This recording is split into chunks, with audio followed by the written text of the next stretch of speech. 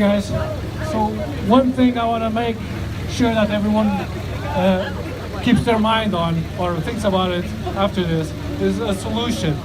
What is the solution to all this stuff that is happening to us?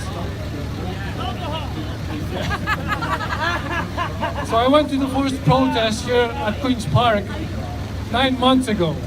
At the time I was asking others, what is the solution? I compared our situation to the cancer industry. In conventional medicine, they always focus on the symptoms.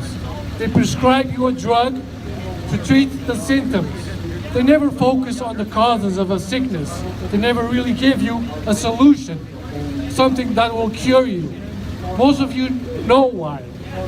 By focusing on a symptom, they know they have a returning customer. In many cases, they can make you a customer for life.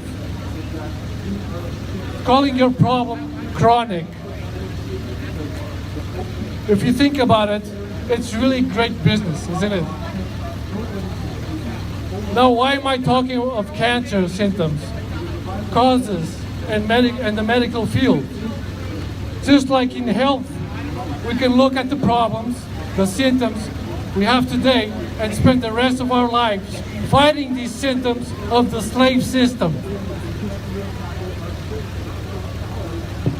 Fighting vaccines, fluoride, geoengineering, politicians, corporations, police, etc. Symptom after symptom, without ever focusing on the underlying root cause of our problems. What is making us sick? What is making us enslaved? This government does not represent us. They never did. They do not serve us. Does this sound crazy? Well, I can prove it to you from official government documents.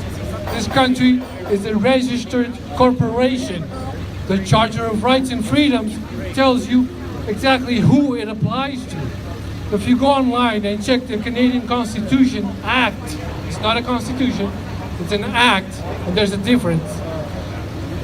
From the government's own website, check and read section 32.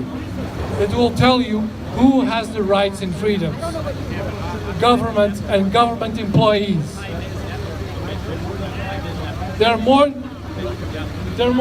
secrets, no, not secret, hidden truths in the Constitution Act. More in these governmental documents, like you can check. But please, I'm not going to name them all. There are too many, and I could speak here for 2 hours just naming, listing them all.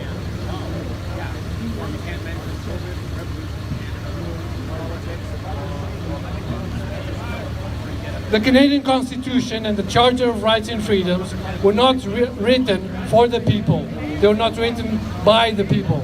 We are in this present situation because of ignorance and deception. If we really want a way out, we have to build a way out.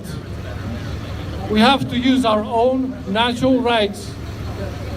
Nobody can take them away from us. It is time we use those rights and we build a country we want to live in. What is the most powerful document a country can have? Can you tell me? Did you learn that in school? I don't think so. The Constitution is the most powerful document a country and its people can have. Some of you might not know that there are several patriots in all the provinces in Canada working for this solution.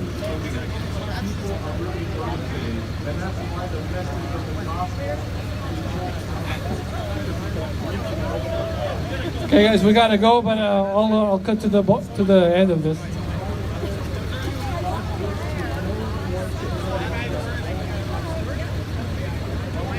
So how are we getting out of this New World Order slave system? I ask you, please look at the information and join the effort in building a better future. Let's work for a solution. Knowledge makes the man unfit to be a slave. A revolution does not need to be a battle. It doesn't need to be torches and pitchforks on the street. The simple act of accepting and using our natural rights, our power to build our system is in itself a revolutionary act. We don't need to fight them. We just need to make them obsolete. To explain this in the simplest way possible, if our society was a board game, the Constitution would be the written rules of that game.